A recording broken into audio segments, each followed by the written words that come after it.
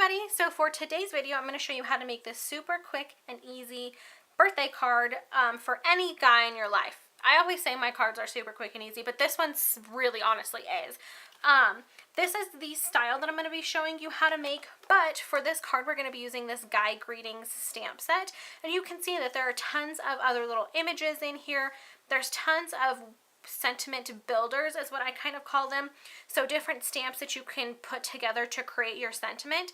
So on the one that we're doing today, it says happy birthday to a classic. But if you wanted to make a birthday card for your grandpa, you could do happy birthday grandpa. Or if you wanted to do a congratulations card, you could do congratulations dad. Something like that. So this stamp set is really, really versatile, and this template for this card is super easy that you can literally make any card with this stamp set and this template. So let's jump in. Okay, so to start off for our card, we're going to need two different types of cardstock today. I'm using a piece of Whisper White that's cut at 8.5 by 5.5, and this is going to be our card base. I also have just a scrap of Whisper White. We're going to be using this to cut out our little banner here. And then I have a piece of Tip Top Taupe, and this is cut at 4 by 5.25, and that's going to be our little base layer. So to start, I want to go ahead and start with our base layer. And let me just set that off to the side. So I'm going to jump in and grab my stamp set. I'm just going to need this right now. And like I said, basically you can use any of the images in here and this same template and create a super cute card. So I'm going to go with the car today because all the men in my life love their cars. So I'm just going to take my piece of Tip Top Taupe, and I'm going to take my Tip Top Taupe ink pad, and I'm going to go ahead and stamp these little cars. Let me bring this piece of scratch paper over. I knew I was missing something. Okay, so I'm going to stamp all of these little cars all over the background of my little piece of paper here. And this just, ooh, I almost dropped it. This just creates a nice little background. You can see that the flag covers up a lot of the background, but I still want to add these on here to give that nice look. And I think that's going to be good. So let me just clean my stamp off really fast. You guys know I love cleaning my stamps while I'm going. It just makes me feel better. Okay, so we're done with this piece. I'm telling you guys, this is going to be a super fast one. So I'm going to take this, set this piece off to the side, and now let's work on our little banner. So for our banner, I'm going to pull in my Big Shot, and hopefully you guys will be able to see most of this. I'm going to be using the Banners Framelits dies, and I think, let me pull my card. I can't remember which size we used. I think it's the it's either the second largest or the third largest, and now it's stuck and I can't get it out. Yep, okay, so we are using the second largest. These are all in here wonky. Okay, so we're using the second largest. I'm going to move that off to the side, move my card off to the side. So if you've never used the Big Shot before, you basically have your multi-purpose platform, and then you have two of these plastic wedge pieces. I don't even know what they're called. You use them to make your little sandwich. So I'm using tab 2 because I'm using a thinlit. Just going to put my piece of Whisper White down. I'm not using a magnetic platform or a precision platform. You wouldn't want to use a precision platform with this anyways, but you could use the magnetic platform because this is metal. It'll stick and it won't move around as much. I personally have not invested in that yet because I don't usually have a problem, but I will sometime in the future. So now that it's in there, I'm just going to crank it through, and those little popping noises are completely okay and normal. I'm just going to roll it back through, and we should be good. So now we have our little banner cut out. I'm going to take my Big Shot. Ooh, if I can stick that back in there. And move my card because I had it over where the Big Shot was. Move that off to the side. So now we have our little banner. I'm going to set these pieces off to the side, and I'm going to bring my piece of scratch paper back over. And I'm going to grab my car again, and I guess I forgot I didn't really need to wipe it off yet because we're going to be using this guy again. So what we're going to do is we're going to stamp this car, and then we're going to emboss the car. So I'm folding my scratch piece of paper in half so that I have something to catch all of my embossing powder in. And this technique, you have to be pretty quick with it because this ink doesn't stay wet very long. Let me see. I'm not sure how well you guys are even going to be able to see this. Hopefully you guys can see. Well, if you're not, then I don't know. I'm sorry. But you probably, I don't know how well you can tell, but this car is actually embossed. And that's what we're going to be doing right now. In person, you can see the shimmer or the sheen in it, and it gives it some more dimension, and I really like the way that it looks. So we're going to do it again. But this ink doesn't stay wet very long, so it's not the best ink for embossing. You won't get a perfect emboss with this, but you get enough embossing on there that you give it that kind of more dimensional look, and that's what I like. So I'm going to go ahead and ink it up really, really well, and then I'm going to breathe on it. I'm going to give it a little, and that really, really wets the ink. I'm going to do this pretty quickly. I'm going to stamp this down and then take my embossing powder and put it on top. So I did that pretty quick. Like I said, it's because this ink doesn't stay wet for a very long time. So you really want to go as fast as you can with this. And I'm just going to take this off, tap it off, and you can kind of see, I don't know how well you guys are going to be able to see that actually, but you can see that it's kind of got a matte look. It's got like a white look.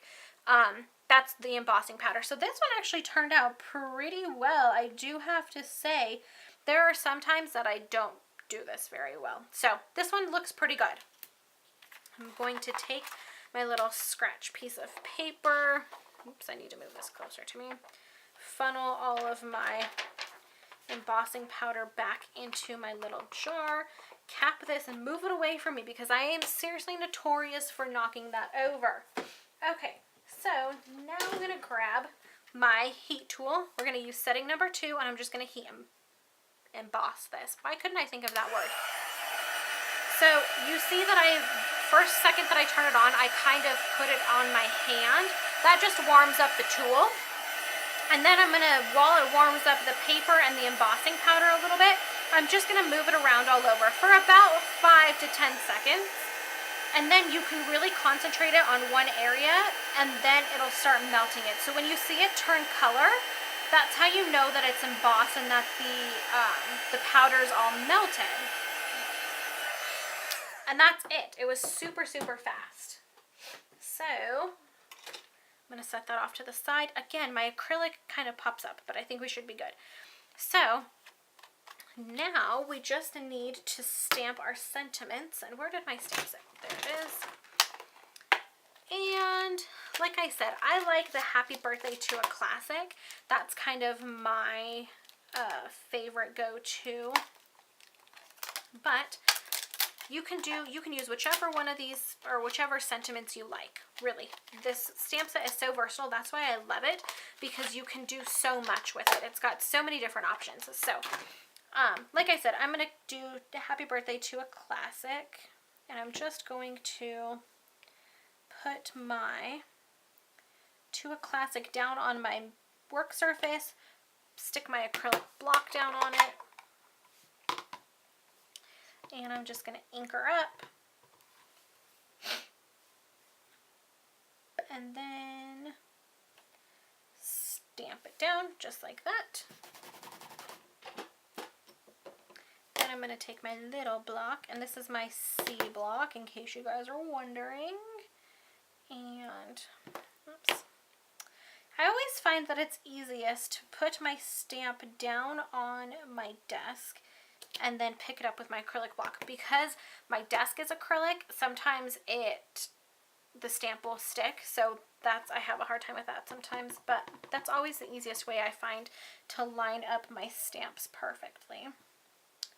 And we're just going to press that down. That's a little off center, but it's fine. It looks handmade.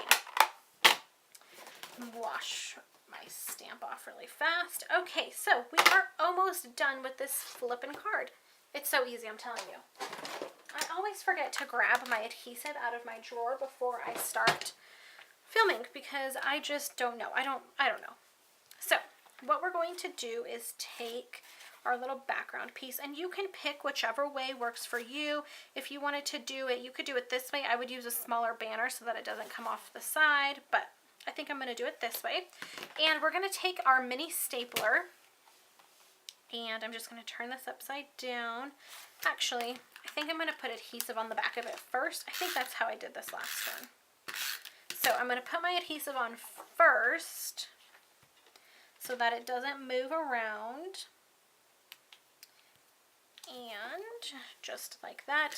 And I should have put a little bit more on the tail bits. But I wasn't thinking, guys. We're going with it. We're rolling with the flow, okay? Rolling with the flow, going with the, you know what I'm trying to say. And then I'm just going to take my mini stapler and I'm going to do 2 staples. So I'm just going to kind of line these up. Let me see. Get them kind of centered and do my 2 little staples. It just gives it a little bit of it gives it a little bit more texture. That's kind of why I like it. And it also makes it look like that's how it's attached, even though it's not, and only you know, ha ha ha. So I'm going to go ahead and flip this guy over. I'm going to put my dimensionals on the back. As usual, we're going to use 5 dimensionals, just like that. I'm going to bring over my card base, and I need to find my bone folder. There we are.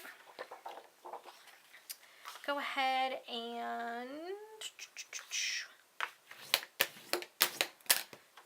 crease my card. And again, this is 8.5 by 5.5. I can't remember if I mentioned that earlier or not.